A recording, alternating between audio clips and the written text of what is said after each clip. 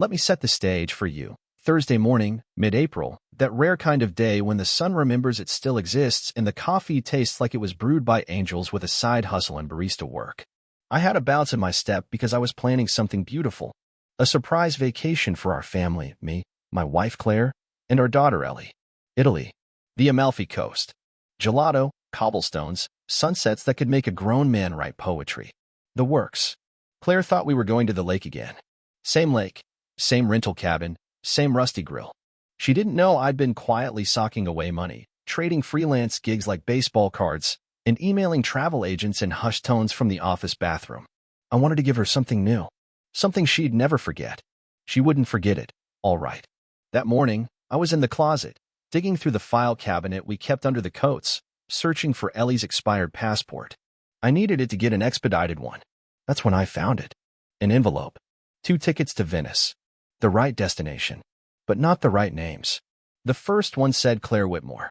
The second? Marcus L. Pays. Now, I don't know many people named Marcus.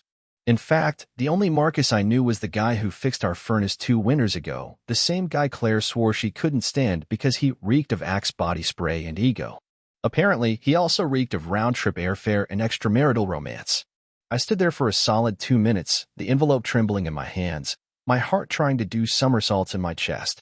I flipped it over, looked for anything. Maybe it was some kind of mix-up. Maybe Claire had booked it for someone else. Nope. Inside was a typed itinerary, a love letter printed on digital ink, right there in Times New Roman, with little hearts doodled in pen. Claire wasn't even trying to hide it well. It was as if she wanted to get caught. And maybe, in her own way, she did. That's when the silence in the house turned loud. I could hear every creak in the floorboards, every tick of the clock above the stove. And in that moment, something in me shifted. Not rage. Not even sadness. Just clarity. I left the envelope where I found it. Took only what I needed. Packed a small bag, locked up the house, and left a letter for her in the middle of the dining room table. Just one line, handwritten in block letters. Enjoy your freedom. And under it, the house key. That was the beginning of the end, and also the beginning of something else. Because if she thought that letter was the last word, she really didn't know me at all. I didn't slam the door when I left. That would have been too easy, too cinematic. I didn't want a scene, I wanted silence. The kind that makes a person wonder if they're still the main character in your story, or just a footnote you edited out without warning. I checked into a hotel not far from the airport. A no-frills place with beige walls and a complimentary breakfast that somehow managed to make toast taste like cardboard. Perfect. It was a limbo zone, a neutral ground, somewhere between what my life was and what it was about to become. Claire didn't call. Not that day. Not the next. Either she hadn't noticed the letter yet, or she had and chose not to respond, which honestly said more than 1,000 text messages ever could. That weekend, I drove up to my brother's place in Vermont. I told him everything. He offered me a beer, a second one, and then a third. He didn't say much, just nodded a lot and punched my shoulder like we were still 10. That was his way of saying, you didn't deserve this. I appreciated that more than words. It was while I was there, sitting on his porch, looking out at the mountains like they had all the answers, that I realized something. Claire wasn't just leaving me. She was replacing me. That's what the second name on the ticket meant. Not a one-time fling. A swap. I couldn't decide what burned more, the betrayal or the sheer efficiency of it. She had planned this entire vacation for them while pretending to talk about hiking boots and sunscreen with me, smiling while I scrolled through Airbnb listings, laughing at jokes I now realized weren't even funny, just convenient. But don't worry, I wasn't planning on throwing her luggage into the yard or begging for closure like some bad sitcom character. No, I had a better idea. If Claire wanted a new life, I'd let her have it. But I wasn't going to just disappear. I was going to make sure she felt the absence. I started making a list that night. Not a hit list. A plan. Because revenge, when done right, isn't loud. It's quiet. It's patient. It's surgical. Let me tell you something about disappearing. It's easier than you think, especially when the person who betrayed you expects you to chase them. Claire, bless her predictable heart, had always pegged me as the talk-it-out type. The fixer. The apologizer. The guy who brings flowers to a knife fight, thinking he can win her back with peonies and emotional vulnerability. She didn't plan for this version of me. The version that went ghost. No texts. No calls. No online updates. I shut down every trace of myself that could be pinged or tracked. Canceled joint accounts. froze the credit card she thought she could use in Venice. Spoiler alert, American Express does not like when your cheating vacation comes back declined at a gondola kiosk. I filed temporary leave from work, told them I needed time for a personal crisis. No one pressed. Apparently, haunted but trying not to show it is an acceptable emotional status in corporate America. Then, I went to the bank. See, here's the thing Claire didn't know.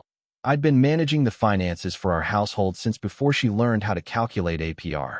She thought joint meant equal. But I knew every dollar that had my name on it, and more importantly, every dollar that didn't have hers. Let's just say I moved some things around. Nothing illegal, just educational. By the time she landed in Venice, ready to sip Aperol spritzes with her new accented Romeo, she found herself standing in front of a luxury hotel desk trying to check into a suite that no longer existed in the system. Funny thing, when a reservation is booked with your spouse's credit card, and that card suddenly vanishes from existence, the suite vanishes with it. I imagined her in that moment. Frustrated, embarrassed, probably blaming the hotel system or technical issues. Meanwhile, I was 4,000 miles away, sipping black coffee and updating the password to our shared Netflix account. Petty? Sure. But revenge doesn't have to be grand. Sometimes it starts with leaving your ex-lover to watch Italian hotel walls in silence instead of a sunset. And Claire?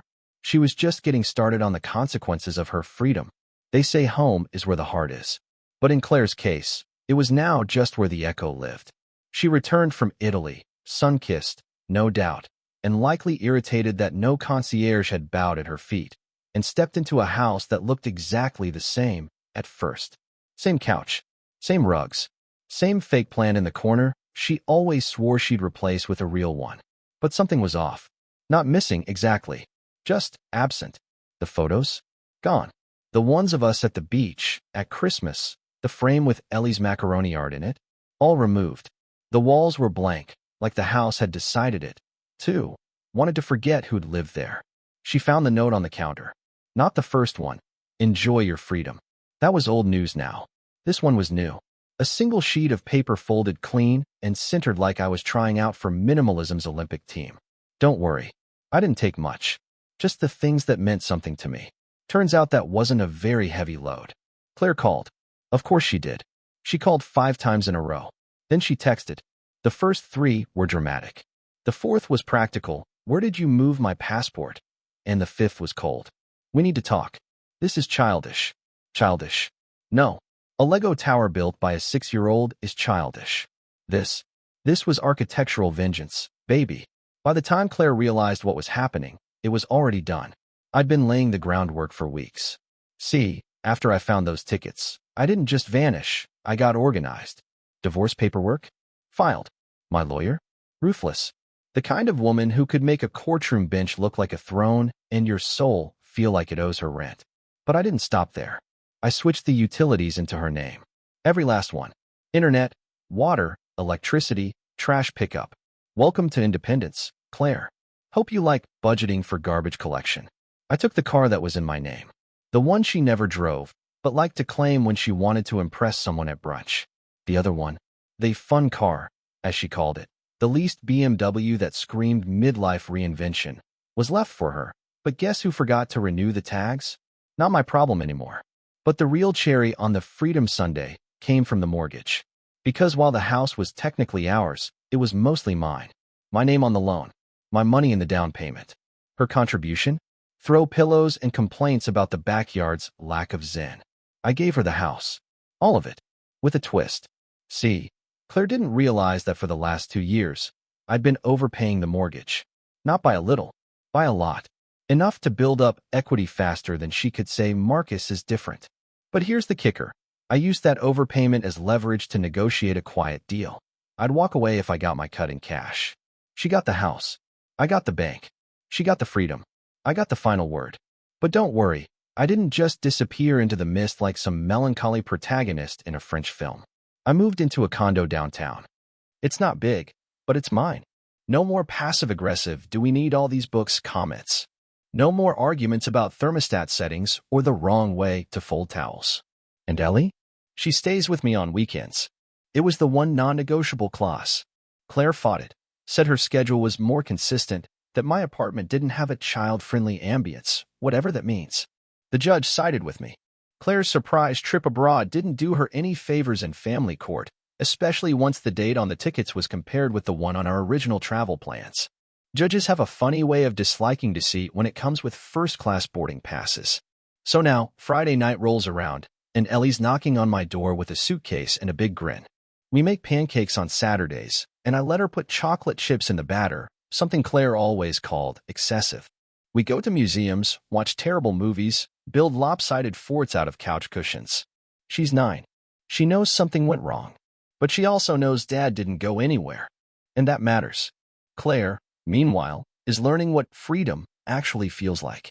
It's not all Prosecco and gondola selfies. Turns out Marcus didn't stick around. Who would have guessed? A man who flirts in HVAC metaphors doesn't scream long-term stability. Rumor has it he ghosted halfway through the trip. Left her standing in the Venice airport, luggage in hand, wondering why her escape looked suspiciously like abandonment. She came back to bills, court dates, and a man she thought would fall apart. But I didn't fall. I built. Brick by brick, moment by moment, I built something stronger. Not perfect, but solid. And as for revenge? That word gets thrown around too often. This wasn't revenge. This was clarity. Gift-wrapped in consequence. I'll give Claire this. She's persistent. Once it sunk in that I wasn't just pouting somewhere waiting for her return, she started clawing her way back like a raccoon trying to open a trash can. Calls, texts, emails. She even tried using Ellie as a proxy, asking her to tell Daddy I need to talk. Ellie just blinked and said, "Tell him yourself," then went back to coloring a spaceship. The first voicemail Claire left me after the judge handed down custody terms was a masterpiece of unintentional comedy. She opened with a deep sigh.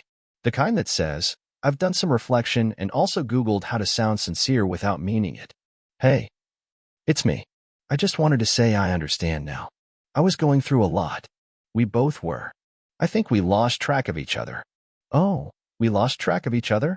Like how she lost track of her vows somewhere between picking out swimsuits for Venice and penciling in rendezvous with Marcus the Magnificent. I miss you. I miss us. Maybe this space is exactly what we needed to come back stronger. Stronger. Interesting word choice, considering she tried to erase the foundation of our marriage and rebuild it with HVAC repair and secrets. But the best line came at the end. I hope we can be civil. I hope you haven't done anything irreversible. Claire, sweetheart, irreversible was when you bought 2 plane tickets and only one of them had your husband's name on it. Still, I gave her silence. And silence, it turns out, is louder than shouting. Because a week later, she showed up at my condo. Unannounced. Middle of the day. Wearing that same expression she used to wear when she realized she'd shrunk my sweaters in the wash, equal parts guilt and indignation. As if she couldn't decide whether to apologize or tell me I overreacted by owning wool. She knocked. I didn't open. I watched her through the peephole as she shifted her weight, checked her phone, looked at the door like she expected it to blink first. Eventually, she left. That was the day she stopped pretending to be confused and started being angry. Her next email was titled, "Let's Talk Like Adults," which I found rich, considering the last time we talked like adults, she was lying through her teeth while planning a European escapade with a man who probably still used Axe body spray as cologne and aftershave. I ignored the message. Then came the inevitable. She tried to rope in mutual friends. "He's being so cold," she told them. "This isn't who he is." No, Claire. This isn't who I was. Who I was would have met you at the airport, held your hand, asked you to explain yourself. He would have listened to your excuses, swallowed the betrayal like a bitter pill, and tried to fix something that was already ashes. But that guy? He's gone. Replaced. Not by anger, not by bitterness, but by resolve. I was done treating my loyalty like a doormat. One night, my friend Tom, bless his well-meaning, football-watching, grilled meat-loving heart, invited me over for poker night. Half the guys there had known Claire, known us. They danced around the subject at first, treating me like a bomb someone had decided to keep as a centerpiece. Then it came up. "She ever say why, man?" someone finally asked. Like, what was going through her head? I shuffled the deck slowly. She said she was tired. I answered.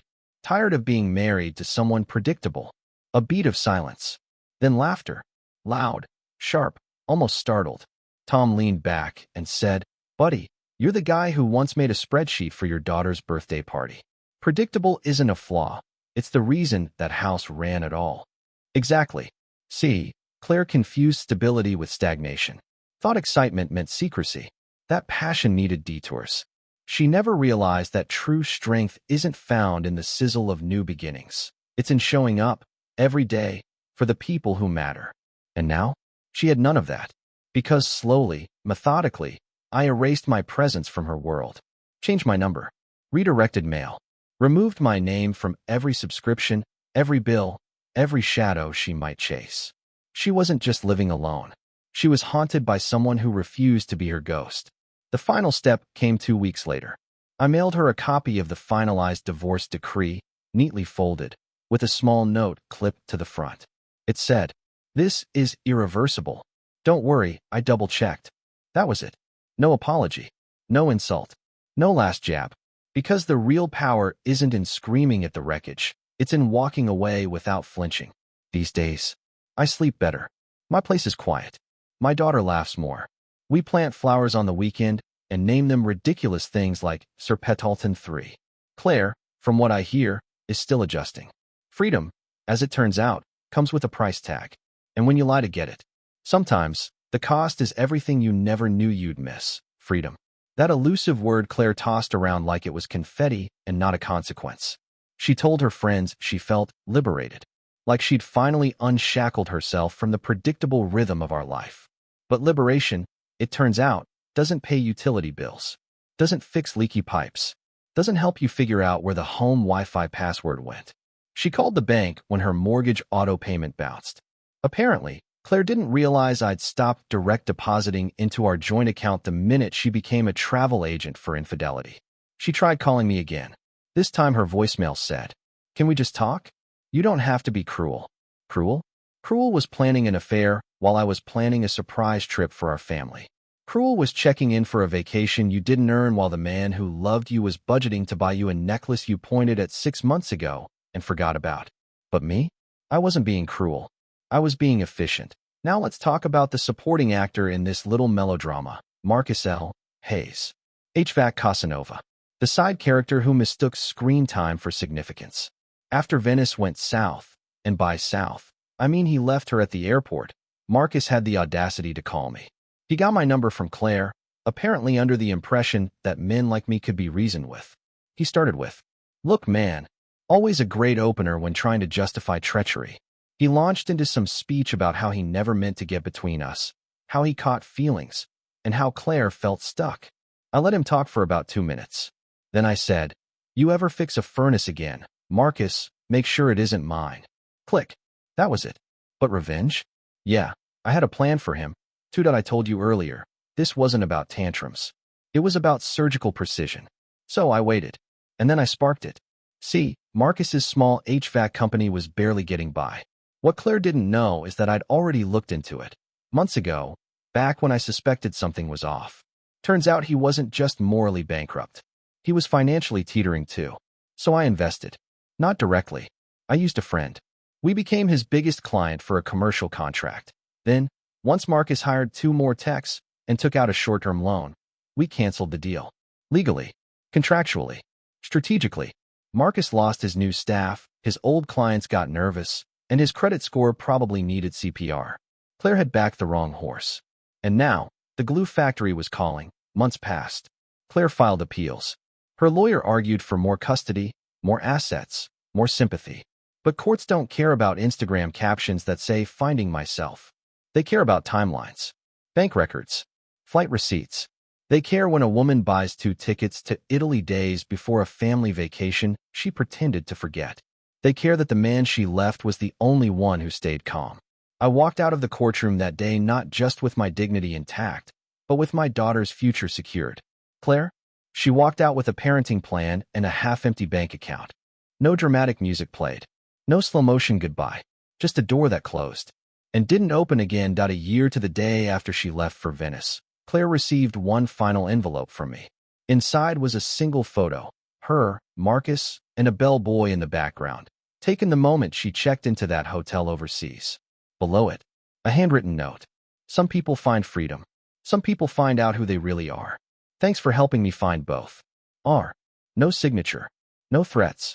Just the quiet satisfaction of a man who'd been dragged through fire and came out cleaner than the ones who lit the match. That was the last she heard from me. The next chapter? Well, it's quieter, simpler, full of mornings with Ellie, weekends at the farmer's market, and evenings where the silence in my home feels like peace, not punishment. I didn't need revenge that screamed, just one that echoed. And trust me, she still hears it.